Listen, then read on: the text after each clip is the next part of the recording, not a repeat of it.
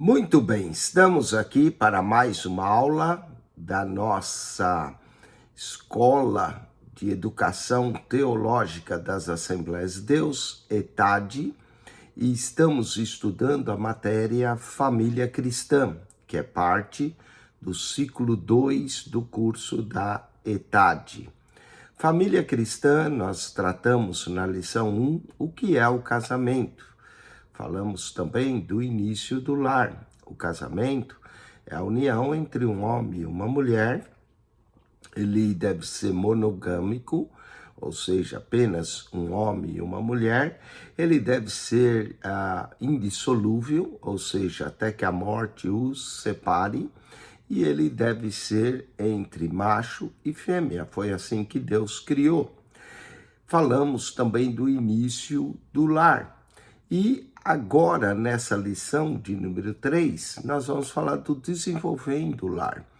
Também entendemos que o casamento é a forma que Deus fez para que continuasse as gerações. Toda vez que um homem e uma mulher se unem pelos laços matrimoniais, normalmente, não é todos os casos, mas vai haver frutos desse relacionamento que são os filhos. Aí se forma uma família, mas tem muitos lares que têm famílias, mas não são lares. O lares tem que haver respeito mútuo, amor, honrar pai e mãe, né? Pais não provocarem a ira dos filhos. Esse é um verdadeiro lar. E hoje nós vamos tratar de desenvolvendo o lar. Em todas as épocas da história, principalmente nos dias atuais, o lar tem estado sob constante ameaça de destruição por parte de ação demoníaca, de filosofia de homens ímpios. Somente a intervenção divina e a vigilância dos santos é que tem impedido que o lar e a família entrem num colapso total. O lar é uma espécie de laboratório onde o cristianismo é testado.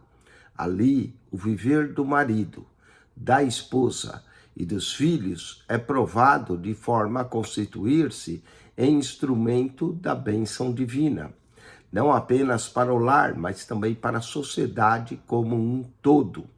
Para que isto seja possível, mistério se faz que o lar seja cristão, não apenas na teoria, mas principalmente na prática. Cristo deve estar no centro da família, sendo ele o cabeça do marido e deve ser visto pelos integrantes do lar como aquele que de fato comanda todas as coisas. Desse modo, o lar deve ser um lar cristão e ele deve ser honrado e obedecido na vida diária do lar cristão. O que Paulo disse ao carcereiro arrependido na cidade de Filipos mostra que a salvação é para a família inteira. Crê no Senhor Jesus e será salvo tu e a tua casa. Atos 16, verso 31. O livro de Josué, também no Antigo Testamento, lemos as seguintes palavras desse comandante do exército do Senhor. Escolhei hoje a quem servais, porém eu e minha casa serviremos ao Senhor. Antigamente era comum encontrar nos lares cristãos um pequeno quadro com os seguintes dizeres: Cristo é a cabeça desse lar. O ouvinte silencioso todas as conversas e o hóspede em todas as refeições. Que Deus torne esse pensamento e essa frase uma realidade em nossos lares. Vamos ao esboço dessa lição 3, onde nós vamos abordar os ajustamentos. Às vezes é preciso fazer alguns ajustes no lar. Falamos no texto 2 da parentela, né? Deixa o homem seu pai e sua mãe, unir-se à sua mulher para formar um novo lar. Como é que fica essa parentela? Também não só dos pais, mas também do novo lar. Falaremos também no texto 3 de finanças e orçamentos, que muitas vezes é um caso para que haja discórdia no lar. Texto 4, abordaremos o ambiente no lar. E texto 5, os deveres dos componentes do lar. Vamos ao texto 1. Falemos de ajustamentos. Desenvolver um lar feliz requer um primoroso ajustamento entre marido e mulher. Eles têm de adaptar-se ao modo de viver ao do outro, sempre levando em consideração a felicidade do lar. Filipenses 2, verso 3 e 4, registra um conselho do apóstolo Paulo de grande utilidade para aqueles que perseguem o alvo da real felicidade matrimonial. Diz assim: nada façais por contenda ou por vanglória, mas por humildade. Cada um considere os outros superiores a si mesmo. Não atente cada um para o que é propriamente seu, mas cada qual também para o que é dos outros. Que conselho maravilhoso! O conceito e o princípio da humildade, de considerar o outro superior, de querer a felicidade do próximo. Eu costumo dizer que o que torna um lar feliz é quando o marido está preocupado com a felicidade da esposa e a esposa com a felicidade do marido. Quando eles se tornam egoístas, então, cada um pensando em si, nós vamos ter um lar dividido. Por isso que casar não é, vamos casar para ser feliz, é casar para fazer o outro feliz. E aqui está a recomendação: nada façais por contenda ou por vanglória, mas por humildade. Cada um considere os outros superiores a si mesmo. Não atente cada um para o que é propriamente seu, mas cada qual também para o que é dos outros. Vamos ao pensamento em conjunto. Uma das primeiras áreas do casamento que exige um ajuste para tornar o lar um ambiente saudável é o treinamento da mente para pensar em conjunto. Sabemos que a pessoa acostumada a viver sozinha já se acostumou a pensar mais em si mesmo e em seus próprios interesses. Porém, a partir do momento em que se une a outra pessoa pelo casamento, ele passa a ter uma vida a dois. Desse modo, já não pode prevalecer opiniões tais como: isso é o que eu quero, mas sim, isso é o que é bom para nós. A Bíblia registra pouquíssimas palavras ditas por Adão.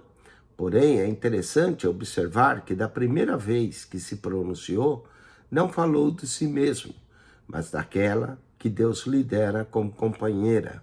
Disse ele: esta é afinal osso dos meus ossos e carne da minha carne.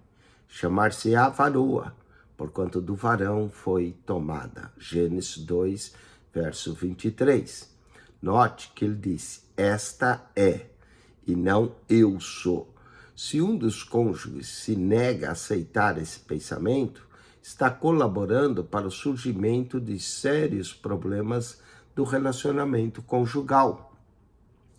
Desenvolvimento através do aprendizado. Não são os minutos da cerimônia religiosa do matrimônio que vão assegurar o êxito do seu matrimônio. Este depende, em boa parte, da capacidade de absorção de conhecimentos úteis, que sem dúvida contribui para um perfeito ajustamento entre marido e mulher.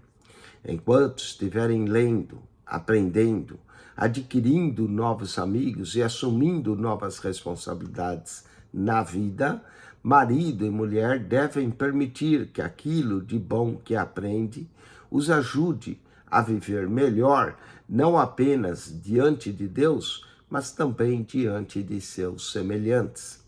O casamento está sujeito a constantes ajustes e crescimento, e o casamento envolve pessoas que seguem a Cristo. Detém incontáveis chances de crescer na graça e no conhecimento divino. Nesse sentido, escreve o apóstolo Pedro e Paulo: Crescei na graça e no conhecimento de nosso Senhor e Salvador Jesus Cristo, segundo Pedro 3, verso 18. Esse crescer na graça e no conhecimento não é só crescer em termos espirituais da igreja, mas também no lar, em termos de relacionamento. Crescer na graça e no conhecimento de nosso Senhor e Salvador Jesus Cristo. Romanos 14:19 diz: sigamos, pois, as coisas que servem para a paz e para a edificação de uns para com os outros. Às vezes queremos ter Páscoas de fora e não temos Páscoas de dentro. Devemos começar a seguir a paz com todos e a santificação, sem a qual ninguém verá o Senhor, dentro do lar. Como esse verso: sigamos, pois, as coisas que servem para a paz e para a edificação de uns para com os outros. Vamos ao marque C para certo e E para errado. No início da vida a dois, cada cônjuge deve buscar adaptar seu modo de viver ao do outro, sempre levando em consideração a felicidade do lar, certo? Uma das primeiras áreas do casamento que exige um ajuste para tornar o lar um ambiente saudável é o treinamento da mente para pensar em conjunto, prevalecendo opiniões, completa os dois igualmente, certo? 3:3. Adão, ao conhecer a mulher que Deus criara para ser sua companheira, revelou-se sábio ao mencionar a importância que ela representava para ele, certo? 3:4. A cerimônia religiosa perante si só todo o êxito do matrimônio. É errado. A cerimônia não está o êxito do matrimônio, mas sim o viver do matrimônio. 3:5.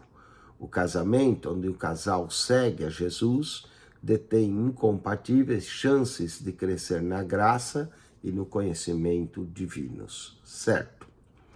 Vamos ao texto agora 2, a parentela. Uma das coisas que os recém-casados não podem deixar de considerar é um novo tipo de relacionamento a ser estabelecidos com seus parentes, ou seja, seus pais, irmãos, principalmente os pais, a partir do instante do casamento. Um novo relacionamento. Evidentemente, um filho, ao se casar, não perde as suas obrigações para com os pais. Porém, a partir do casamento, a obrigação primordial do marido passa a ser para com a esposa, e da esposa para com o marido. Ambos devem lembrar que desde a celebração do ato matrimonial, marido e mulher, são os parentes mais chegados um do outro, mais até que agora os seus próprios pais. Por isso que deixa o homem a pai e mãe e se une à sua mulher. Conforme o texto de Marcos 10:7, Jesus declara: por isso deixará o homem a seu pai e a sua mãe e unir-se à sua mulher. Isso indica que aquele relacionamento tão estreito que o filho ou a filha sempre teve com os pais deve mudar agora, em algum sentido, para dar lugar a um relacionamento indestrutível com o cônjuge. Esposo e esposa precisam compreender que agora o seu parente mais próximo passa a ser a pessoa com quem se casou. Ambos são agora uma só carne. Marcos, capítulo 10, verso 8. A união, a compreensão dos pais. No entanto, muitas vezes os pais são os primeiros a não atinarem com o fato que seus filhos, já adultos, estão casados e têm agora o direito sobre a própria vida sem qualquer ingerência da parte deles. É perfeitamente compreensível que os pais aconselhem seus filhos, se por esses forem procurados. Todavia, não é correto aos pais interferir de modo algum na vida do lar e no lar do novo casal, a não ser que seja para ajudá-los.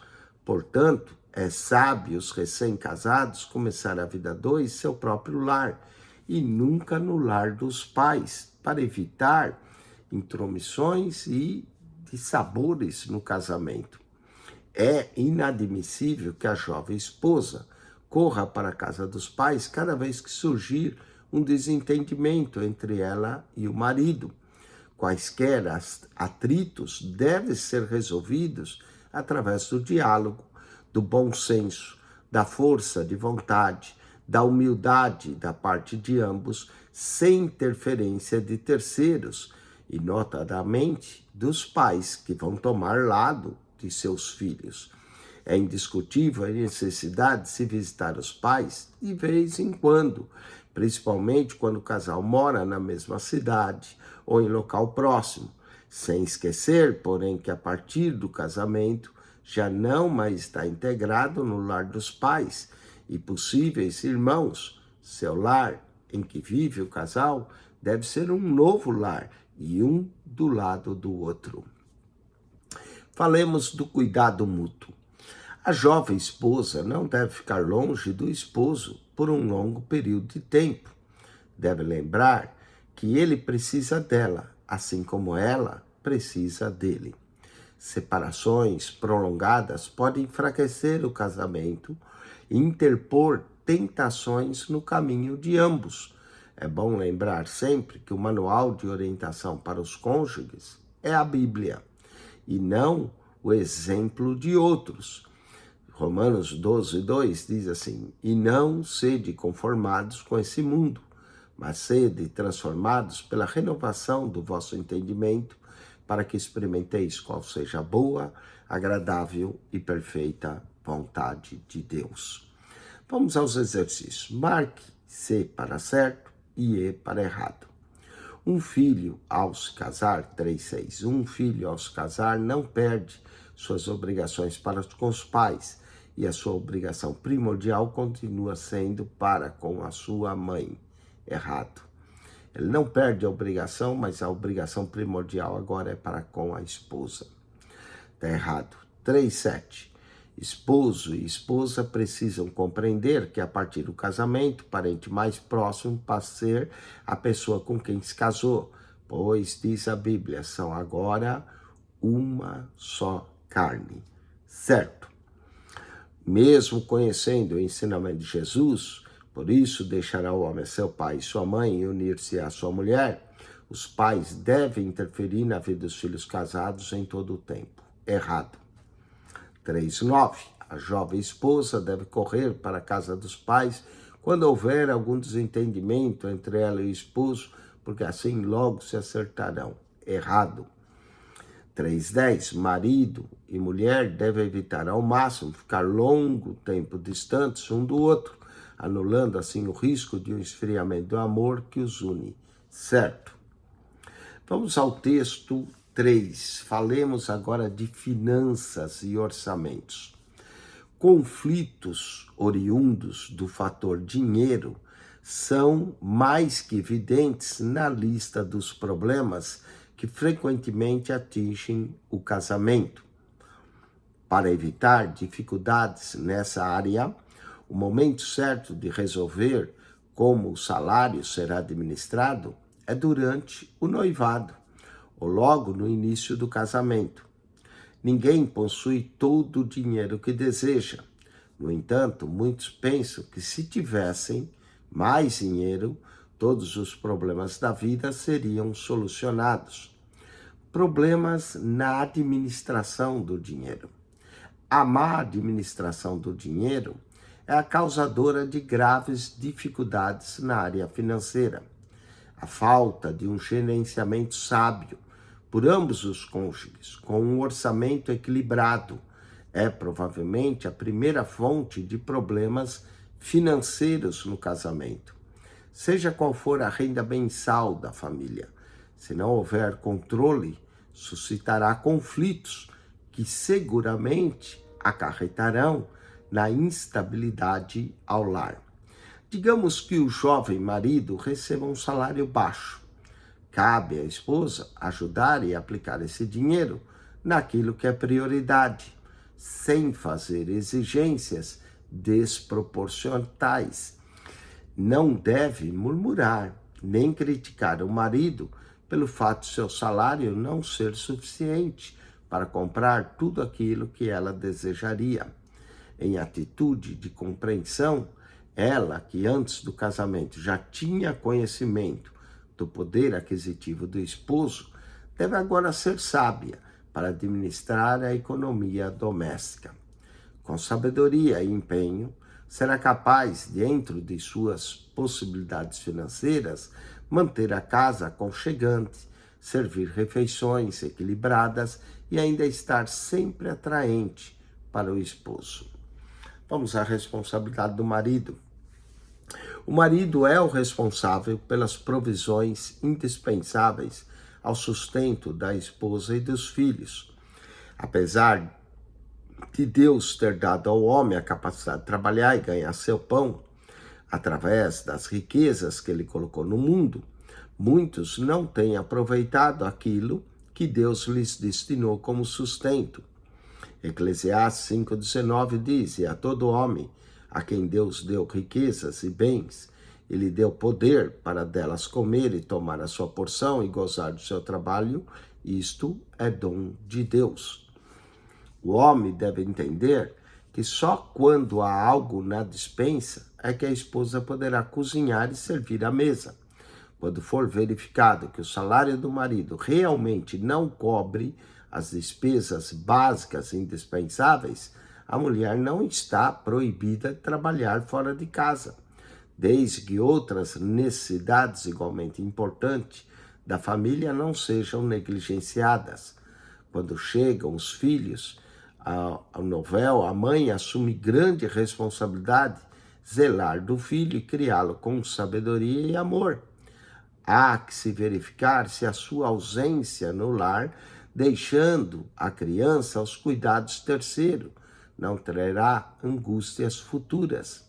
Além disso, há certos trabalhos que a mulher pode realizar em casa mesmo, em apenas uma parte do dia, a fim de contribuir para suprir as necessidades comuns a uma família nos dias atuais. Qualquer que seja o caso, é importante que haja acordo entre esposo e esposa. Cada situação deve ser analisada e resolvida conforme as suas possibilidades e limitações. O importante é que o marido e a mulher tenham sempre na lembrança que a Bíblia é o manual da família e o meio que Deus usa para dirimir as dúvidas do casal, ou as dívidas também do casal. Vamos ao importante orçamento financeiro. É funcional e necessário a iniciativa de se fazer um orçamento financeiro mensal. Uma planilha de orçamento doméstico é uma ferramenta que ajuda a controlar os gastos de forma simples, rápida e eficaz. Inclusive, prever se há ou não a possibilidade de se comprar aquilo que é necessário. Não é? Então, tem que ir para casa. O adequado planejamento nessa área financeira pode evitar muitos problemas e ainda redundar em alguma economia. O casal jamais deve esquecer também de separar o dízimo do Senhor, conforme Malaquias 3, 8 a 10. Também é recomendável que a jovem esposa estude um pouco sobre nutrição. É impressionante a quantidade de dinheiro que se gasta com produtos farmacêuticos em nosso país e, ao mesmo tempo, que é desprezada a comida sadia e nutritiva, que é uma providência divina e a natureza produz liberalmente. Por exemplo, as folhas de beterraba são ricas em ferro e outras minerais, boas para a saúde, inclusive para os dentes. São normalmente descartadas com algo de nenhum valor.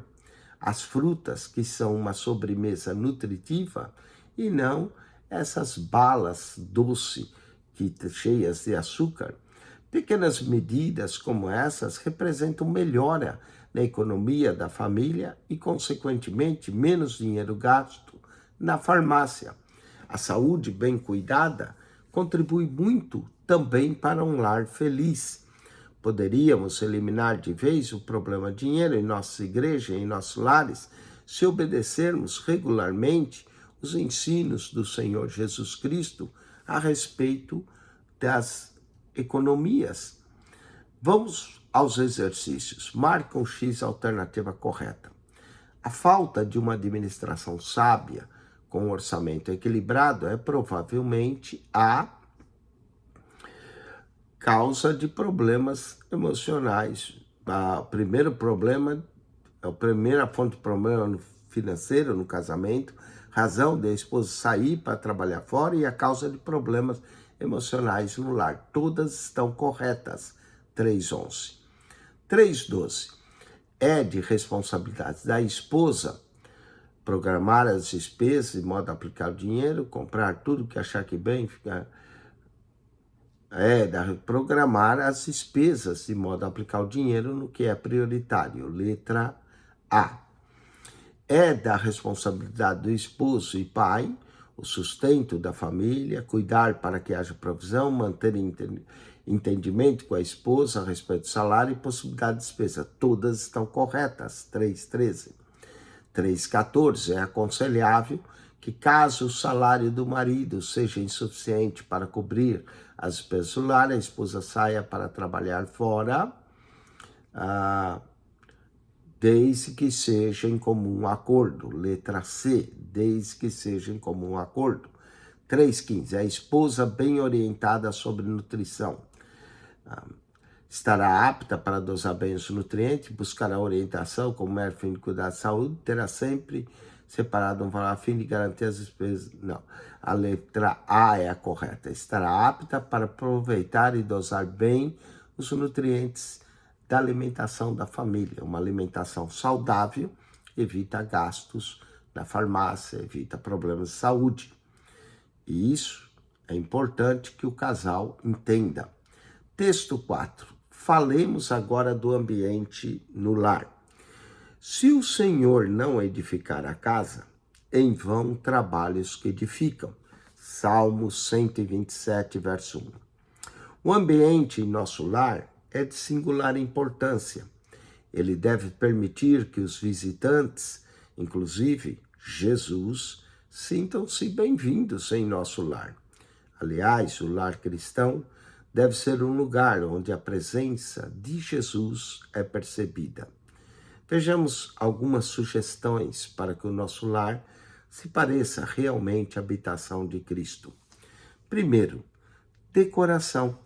Por mais simples que seja uma casa, nela pode-se fazer sentir aquele toque decorativo, caprichoso, que muito concorre para o bem-estar da família. Esse toque vai além das cortinas, do vaso de flor sobre o móvel em algum canto, uma bela planta, ou mais, talvez nas paredes, quadros grandes ou pequenos, dando um ambiente agradável, colorido e muitas vezes com motivos bíblicos, figuras, versos que se completam em belo matiz, expressivas imagens. Anos atrás, era comum encontrar no lares com dísticos pendurados nas paredes, aqueles versos que chamam a atenção dos visitantes assim que adentram a casa e comunica uma mensagem abençoada ou evangelística. A ideia vem da própria Bíblia. Ponde, pois, essas minhas palavras no vosso coração e na vossa alma, e atai por sinal na vossa mão, para que estejam por frontais entre os vossos olhos. Escreve nos umbrais da tua casa e nas tuas portas. Deuteronômio, capítulo 11, verso 18 a 20. Falemos dos noivos crentes. Ao prepararem a casa, onde viverão depois de casados, deve-se lembrar de incluir na decoração itens que o identifiquem como seguidores de Cristo. Seu lar deve ter certo toque cristão. Quadros estampados como os 10 Mandamentos, por exemplo, outras citações das Sagradas Escrituras e até mesmo poemas que ajudam a indicar a lealdade da família a Deus. Além disso, quadros, vasos, bibelôs e canecas com versos são bons lembretes aos membros da família que Deus está cuidando deles. Evite decorar a casa com pôsteres de cantores, ainda mais aqueles que não são evangélicos, ou astros de cinema ou de televisão, eles nada têm a ver com o seu mundo, nem com você, principalmente se você é um cristão. Revistas e livros. 1 Timóteo 4,13 diz: persiste em ler. De que é que falta a sua biblioteca? Lembremos-nos que nós e nossos filhos são produtos do que lemos. Os livros e as revistas podem ser tanto uma bênção quanto uma maldição, depende da revista. Infelizmente, há livros grosseiros e revistas pornográficas, são vorazmente devoradas, especialmente por jovens e adolescentes. Nessas revistas, o sexo é explorado escandalosamente através de muitos meios de propaganda. Recebemos em nossa casa jornais exibindo programas de televisão, cinema, instigando as pessoas à satisfação dos desejos da carne.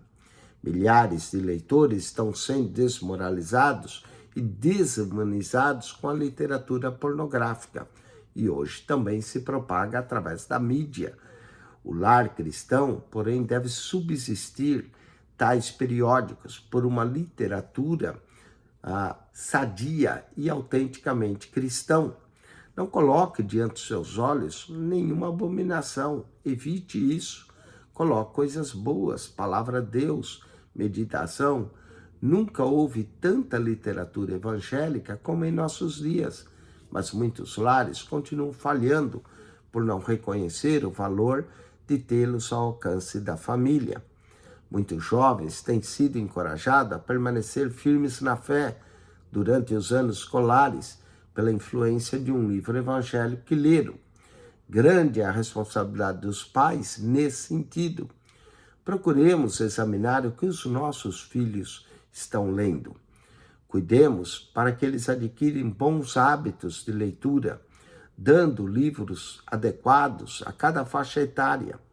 Antes mesmo de a criança aprender a ler, ainda um bebê já deve ter contato com bons livros que os pais lerão para ele. Controlemos a atmosfera em nossos lares, com revista, livros sadios, cristãos, Bíblias para jovens, para criança, para que ela aprenda as histórias da Bíblia e já tenha os seus primeiros contatos com Deus. Vamos à música. Alguém já disse que a música é a linguagem da alma. De fato, a música exerce poderosa influência. Notemos, porém, que o inimigo dos lares cristãos estão invadindo as nossas mentes com o contínuo ritmo de sua voz, através do rádio, da televisão e de outras mídias. Muitas músicas são profanas, que ferem os ouvidos, deturpando o som que deveria ser harmonioso, agradável e capaz de sensibilizar a alma. Essa influência pode desencadear a violência, o ódio e outros males em nosso lar. Sejamos sensíveis ao Espírito Santo para que possamos reconhecer, rejeitar o pecado em qualquer forma que venha a se apresentar para influenciar nossos filhos e abandonarem as pisadas de Cristo. Procuremos cultivar a música sacra de modo proveitoso em nosso lar, um fundo musical de custo elevado e principalmente um louvor que enaltece a Deus. Uma música que mereça ser chamada de hino, tem o poder de criar uma atmosfera de alegria, de paz no lar, além de fazer de nós pessoas mais piedosas, mais predispostas à oração e à santidade. Vamos a um quarto ponto: internet. Uma excelente ferramenta hoje, pois permite acesso rápido à informação, nunca antes obtida tão facilmente. É um grande apoio ao estudo dos filhos, é uma fonte inesgotável para a pesquisa dos mais variados assuntos. Todavia, a má utilização tem sido motivo de contenda e discórdias em muitos lares. Além de consumir o tempo do convívio em família, a internet tem levado os incautos a se envolverem com pessoas no anonimato das salas, de bate-papos virtuais, de chats, programas instantâneos. Nesse particular, Essa armadilha atinge tanto os pais quanto os filhos. Sejamos vigilantes. A Bíblia diz: sede sóbrio, vigiai, porque o diabo, vosso adversário, anda bramindo, como leão, vendo a quem possa tragar. É agradável a Deus o cultivo de uma convivência harmoniosa no lar, entre cônjuges, pais, filhos e irmãos. Entendemos que o desafio é grande, mas não é impossível. A cooperação de todos os integrantes do lar propiciará um ambiente em que será grande o desejo de estar sempre reunido em família. Vamos aos exercícios. Relacione a coluna A de acordo com a coluna B. Dependendo de sua qualidade, pode suscitar ódio, violência no lar ou criar uma atmosfera de alegria e paz, além de fazer de nós pessoas mais piedosas. Letra C, a música.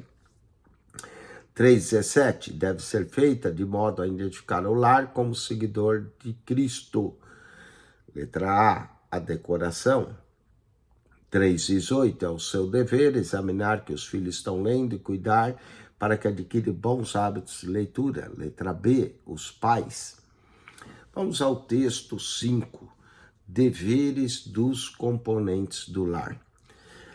Lemos em Deuteronômio 4:9. Tão somente guarda-te a ti mesmo e guarda bem a tua alma, que não te esqueças daquelas coisas que os teus olhos têm visto, e não se aparte do teu coração todos os dias da tua vida, e os farás saber a teus filhos e aos filhos de teus filhos.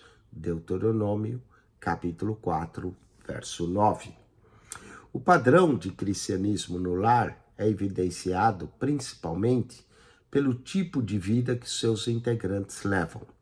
Versículos bíblicos nas paredes e música sacra no ar não fazem sozinhos um lar cristão. O cristianismo deve ser vivido, não dramatizado. Vejamos algumas práticas da vida genuína cristã.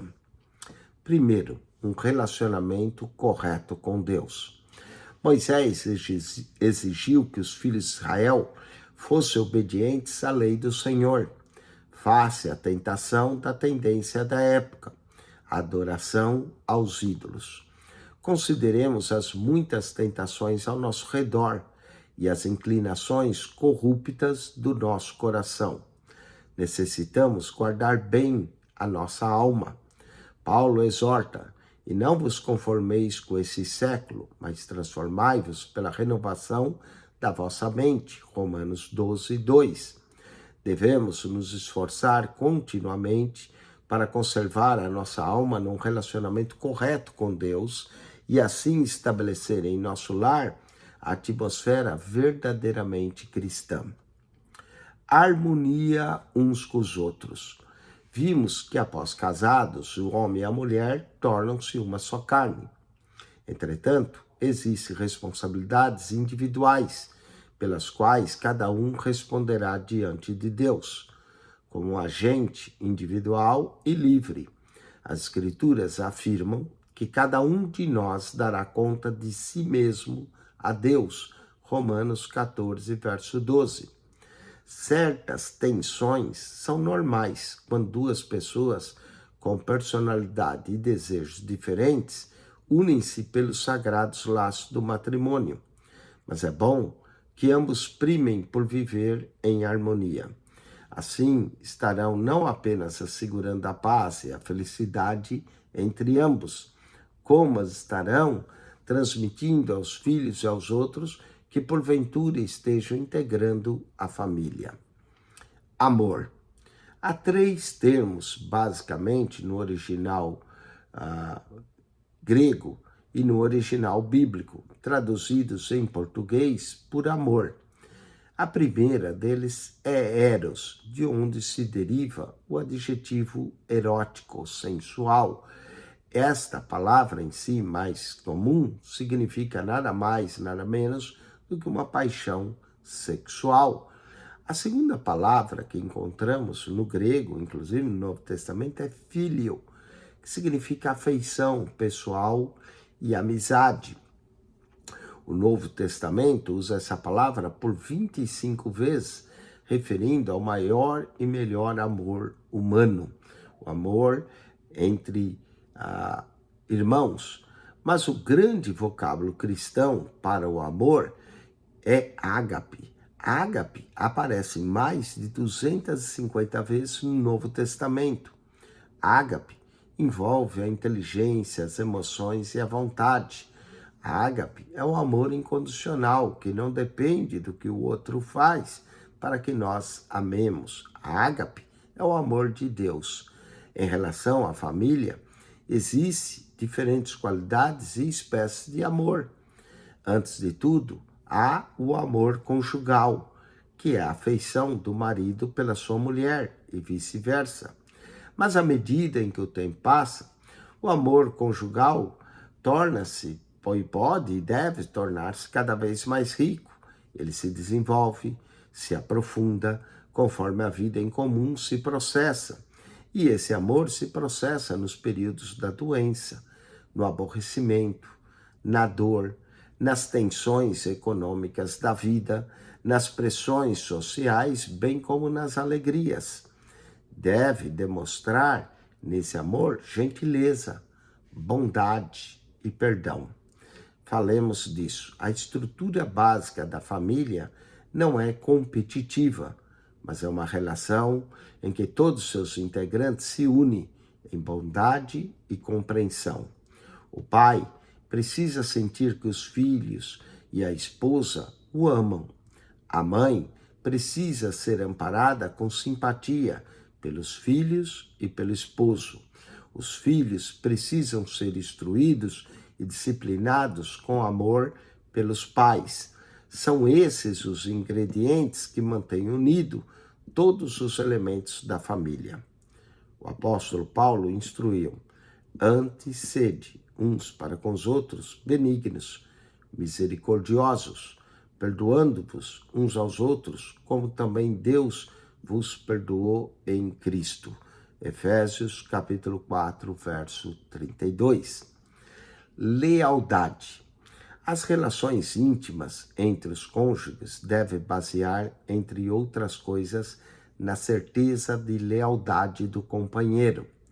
Em conversas com amigos e parentes, muitas vezes um ponto fraco pode ser exposto ou discutido, sendo capaz de enfraquecer os alicerces do casamento. Lembremos-nos, o amor cobre todas as transgressões. Provérbios 10, verso 12. Da mesma forma, deve haver um sentimento de lealdade entre pais e filhos. Encabeçando a lista dos deveres prioritários dos pais, deve constar o bem-estar de seus filhos. Também irmãos e irmãs devem ser leais entre si. Hoje em dia, muitos adultos sofrem com perturbações psíquicas nascidas da falta de segurança e lealdade da parte de seus pais, ou então por não terem sido bem aceitos por seus irmãos. Além da fé viva em Deus, há uma grande necessidade de se ter confiança na família. Coragem. Esse princípio pode parecer estranho em relação à família cristã, mas atualmente é um princípio fundamental para que a família cristã continue com a unidade estabelecida por Deus. Requer, principalmente dos pais, mais coragem do que nunca. As famílias vêm sido açoitadas por ventos tempestuosos. Antigamente, a sociedade apoiava o casamento e a família. Hoje, porém, a enxurrada de relativismo está minando as bases e abalando a estrutura familiar, lançando de um lado para o outro à mercê dos ventos. A família carece de muita coragem para enfrentar o julgamento da sociedade moderna e pôr em prática as regras estabelecidas por Deus. Apeguemo-nos a essa palavra. Não te mandei eu? Esforça-te e tem bom ânimo. Não temas nem te espantes, porque o Senhor teu Deus é contigo, por onde quer que andares. Josué 1:9. Leia também Josué 24, verso 15. Que Deus conceda a cada pai a coragem de declarar publicamente: Escolhei hoje a quem servais, porém eu e a minha casa serviremos ao Senhor. Também a oração no lar é muito importante, que o casal ore junto, ore uns pelos outros, porque isso ajuda a manter um lar com a presença santa e maravilhosa de Deus. Vamos aos exercícios. Marque C para certo e E para errado. Ao considerar as muitas tentações ao nosso redor e as inclinações corruptas do casamento, cabe-nos guardar bem a nossa alma, certo? 3:20, as Escrituras afirmam em Romanos 14:12, que o marido responde por cada membro da família diante de Deus. Errado. Cada um dará conta de si mesmo a Deus. 3:20. Se marido e mulher cuidarem, o amor que um dia os uniu tornar-se-á cada vez mais rico. À medida em que o tempo passa, a vida em comum se processa, certo? 3:22, a estrutura básica da família não é competitiva, mas uma relação em que todos seus integrantes unem-se em bondade e compreensão, certo? Vamos à revisão da lição, associa a coluna A, de acordo com a coluna B. Marido e mulher estarão crescendo juntos à medida em que buscarem alcançar o Senhor Jesus Cristo. Esses fatores aqui, a graça e o conhecimento. Letra B, a graça e o conhecimento. Comprovando ser bíblico o desligamento entre filhos e pais após o casamento, estão as palavras de Jesus: deixará o homem seu pai e sua mãe e unir-se-á, letra A, sua mulher. 3:25, ao guardar bem a nossa alma, estaremos atendendo ao conselho de Paulo, e não vos conformeis com esse século, mas transformais pela renovação da, letra C, vossa mente. 3:26, é responsável pelas provisões com visto sustento da família, letra E, o marido. 3:27, se o Senhor não edificar a casa, em vão trabalham os que, letra D, a edificam. Com isso, nós concluímos a lição de número 3 da família cristã, cujo tema foi desenvolvendo o lar, desenvolvendo o lar. O aluno agora deve tirar 5, 10 minutos de intervalo, volte para a lição de número 4, onde nós vamos falar do padrão divino para o esposo, lição 4, e depois estaremos realizando uma revisão do teste 2, que engloba a lição 3 e 4 da família cristã. Se você não é aluno, mas esteve assistindo essa aula para ganhar conhecimento, parabéns. Se deseja se matricular, estudar, adquirir o seu certificado, entre em contato conosco, faremos a sua matrícula, daremos acesso à plataforma digital, daremos acesso ao WhatsApp do aluno para você fazer as suas provas, é tudo digital, você faz no seu telefone e você aciona todo o material da ETAD de forma digital, pode ler, pode responder as questões, tudo aí no seu laptop, no seu iPhone ou então no seu iPad, do jeito que você tiver o equipamento selecionado. Você pode estudar a palavra de Deus e também pode continuar ouvindo os nossos vídeos para ganhar conhecimento. Entre no nosso canal PR Eugênio Piacentini, o canal da Bíblia.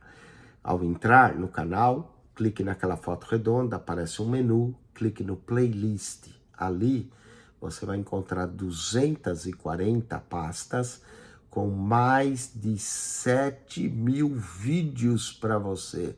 Nós temos toda a Bíblia comentada, nós temos devocional manhã e noite com Charles Spurgeon, nós temos aulas da escola bíblica dominical, tanto da revista Betel quanto da revista CPAD, nós temos curso da ETAD, são diversos cursos, estão ali, o curso está quase completo, já o básico tem bastante matérias já postadas, e também do ciclo 2.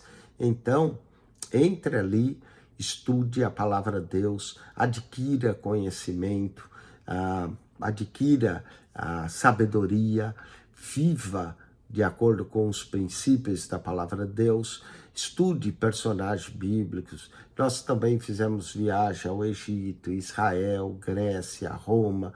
Você pode ir nesses lugares conosco nos vídeos, assistir, ganhar conhecimento. Deus te abençoe em Cristo Jesus. PR Eugênio Piacentini, o canal da Bíblia. Subscreva e divulgue esse canal. Amém.